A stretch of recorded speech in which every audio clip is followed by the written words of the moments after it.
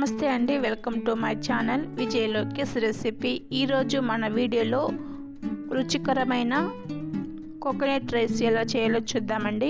Coconut rice అండి lunch బాక్స్లోకి ఇలా ఈజీగా చేసేసుకోవచ్చు.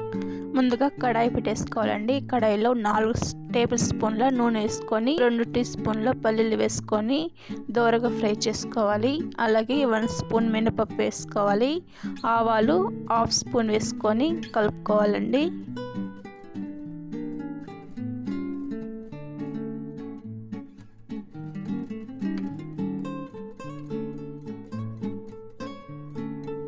ఇలా కలుపుకున్న తర్వాత చెక్క వేసుకోవాలండి, టేస్ట్ బాగుంటుంది ఫ్లేవర్ అనేది.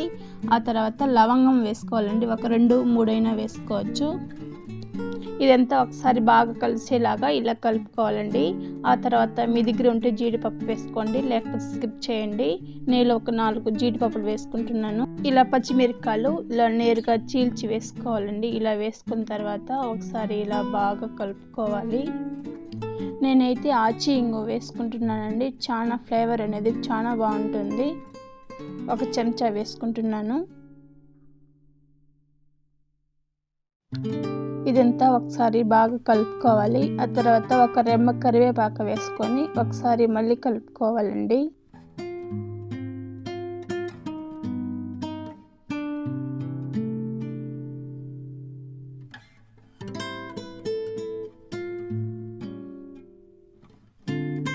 ఇదంతా ఒకసారి ఇలా బాగా కలుపుకున్న తర్వాత 1 కప్పు దాకా కొబ్బరి తురిమి వేసుకోవాలి. 1 స్పూన్ సాల్ట్ వేసుకొని ఒకసారి అంతా కలిసేలాగా కలుపుకోవాలండి.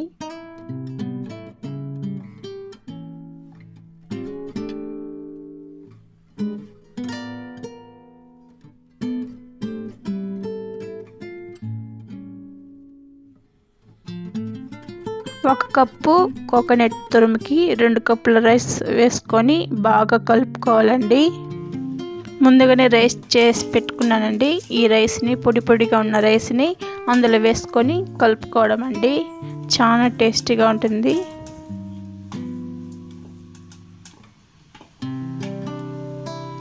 చూడండి, ఇదంతా ఒకసారి ఇలా బాగా కలిపేసుకోవాలి.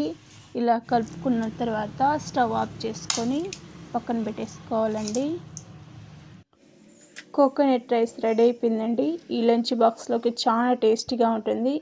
మీరు ఒకసారి ట్రై చేయండి. ఈ వీడియో కనుక నచ్చినట్లయితే లైక్ చేయండి, షేర్ చేయండి, సబ్స్క్రైబ్ చేసుకోండి ప్లీజ్.